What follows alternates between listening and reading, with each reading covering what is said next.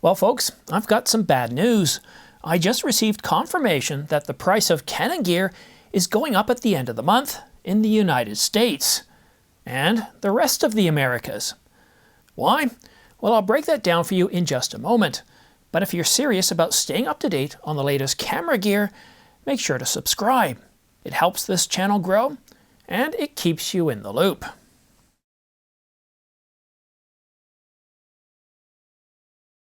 I have multiple confirmed reports from retailers in the United States that the prices for Canon camera gear, cameras, lenses, and accessories, is going up by around 10% by the end of the month. So what does that mean for you? Well, if you're looking at the Canon EOS R5 Mark II, right now on sale at $39.99, which appears to be the new reduced price, $39.99, well, that will now cost you $43.99 to $46.99. Now, that depends on what retailer, but we're hearing it's going to be within that price range. And that's all happening before the end of the month. And this is, well, shouldn't be a surprise. The President of the United States announced baseline tariffs of 10% across most countries, and that was put in place on April the 5th. So for any goods that are currently in the country, R5s, lenses, anything like that, and even this should affect other camera retailers as well, but it depends on when they're pulling the plug and when they're deciding to, or how much they're deciding to raise the prices. But all we have right now is information and reports on Canon. So anything that was in the country prior to April the 5th, it doesn't have any tariffs. And that's why we're seeing the prices where they are today. But anything that was imported after April the 5th, well, it's being subject to pay that 10% tariff. So makes sense, right? We understand where that is. We're not going to get into the politics of this. That's not what I do on this channel. However, you might recall that a couple of weeks ago, I talked about the potentiality of countries outside of the United States also seeing a price increase. And many of you said, no, Simon, it doesn't make any sense. That baseline tariff is for between the United States and Japan. It won't affect the rest of us. Well, unfortunately, I also have reports today telling me that in Canada, the price of Canon camera gear, well, it's going up by about 10% before the end of the month. You might be asking, well, why is that? Has Canada enacted any sort of tariff? No, they haven't. It's that baseline US tariff. And I know some people might be saying, I don't understand. How does this make any sense? Okay, let me be very clear here. The cameras that I buy, the R5 Mark II, the R1, they're not being shipped directly from Japan to Canada. They're being shipped from Japan to the United States. And then what's happening is the United States is taking a look at all the cameras that they have and then allocating them for the different regions that they support. And can you guess which regions the United States supports or Canon USA supports? Well, Canon Canada, Canon Mexico, Canon Chile, and a few others. So if you're in the Americas, unfortunately, all the cameras that we buy are getting hit with that 10% tariff because they're coming into the United States. The first border entry that they encounter leaving Japan is the United States. So as they come into the US, they're paying that 10% baseline tariff, then they're being sent to Canada and elsewhere. So it's kind of strange in a way because I was thinking about this yesterday once I had this story confirmed, and I recorded it twice, but I didn't like how it sounded. And I don't think I was completely clear, so I had to record it a couple of times. Canon USA takes the shipments, they allocate it to the different areas, such as Canada. So for me, I don't know how much you know about Canada, but our taxes are high. Now, to be fair, we have a universal healthcare system and some other things. So for example, our water, that's a municipal service, wastewater municipal service. Healthcare system, that's a provincial service. And I just recently had an MRI and it didn't cost me a cent. And there's certain peace of mind with that. So my taxes are high and I get certain things for it. I do complain about high taxes, but I also understand I get certain things. I would say that for my income, I think I'm at the 45% tax rate. So 45% of my income doesn't even come to me. It goes to various governments. And then there's, because I own a house, there's a municipal tax, and that's around 7%. So I'm up to now 52%. And if I go to buy something, I pay another 13% on top of that. So let's use the Canon R5 Mark II, for example. Currently, right now in the United States, it's $39.99. Well, here in Canada, it's $58.99. And why is that? Well, it's nothing to do with politics. It's based on what foreign exchange or commodity traders in Chicago, London, basically, or the bond market to be more precise, value the Canadian currency based on investment and a whole bunch of other things. So currently right now they value the Canadian dollar at 72 cents. Now 10 years ago that was around 95 cents, and before that it was up to 100 or $1.10.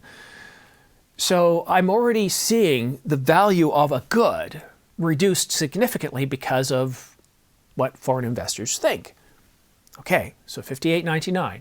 Pay the tax on top of that, it's $6,665. Okay?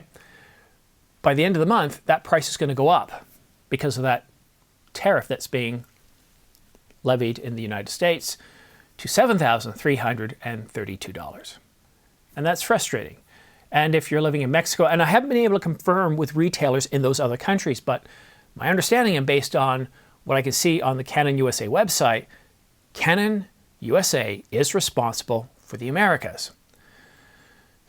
Anyhow, I know it's frustrating, but that's just how things are. Now, after recording the last version of this video, it kind of came to me as an epiphany. This doesn't have to be the case. And I thought of a very simple solution to this.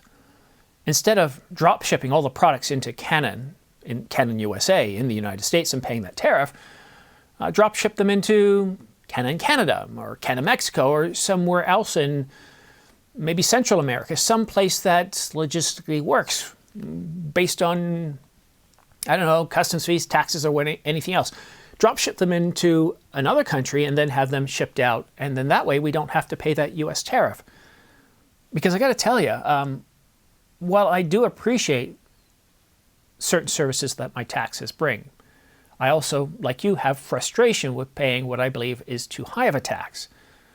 But at least the taxes that I pay here in Canada, I only pay taxes in Canada, at least go to Canada. They are distributed within the country, and as efficient as that may or may not be, okay, I can understand that. And I have an election coming up where I can vote and help change that, or not. But to pay a tax, some $400 to $600 on a camera to another country, that I have a problem with. Paying taxes to another country, and whether you call it taxes, fees, whatever it is, the US government is collecting a 10% tariff that I'm essentially having to pay because I'm the end consumer that pays all the taxes and the fees and everything. So that's coming out of my pocket to a country that is not providing with me any services. And that's what I'm getting at. Imagine, and if you're defending this, just imagine if you had to pay a 10% tariff to a Canadian authority. How would you feel, right? And that's what I'm getting at. I'm not getting into the politics. I'm getting into where my money is going. So another thing I've decided to do, well, obviously, is to publish this video to raise awareness and to put some pressure on this because I don't believe I should have to pay another country's tariff. But also, as of right now, I'm not going to buy any Canon cameras, lenses, or accessories. And on my roadmap for this year, I had the 24 to 70 f2, the, what was the other one? The 35mm f1.4 VCM. And believe it or not, this is a bit of a surprise. I haven't told anybody this yet, not even my wife. The 400mm f2.8, a terrific lens. And of course, the R7 successor. That's something that's supposed to be happening in the second half. I'm hoping that things are going to change in the next couple of months at least. And I wasn't planning on buying anything right away. So for the next 3 months, I would expect that maybe Canon will make a change here so that we don't have to pay this tariff, or that there will be some sort of political change way above me that affects trade. I don't know, but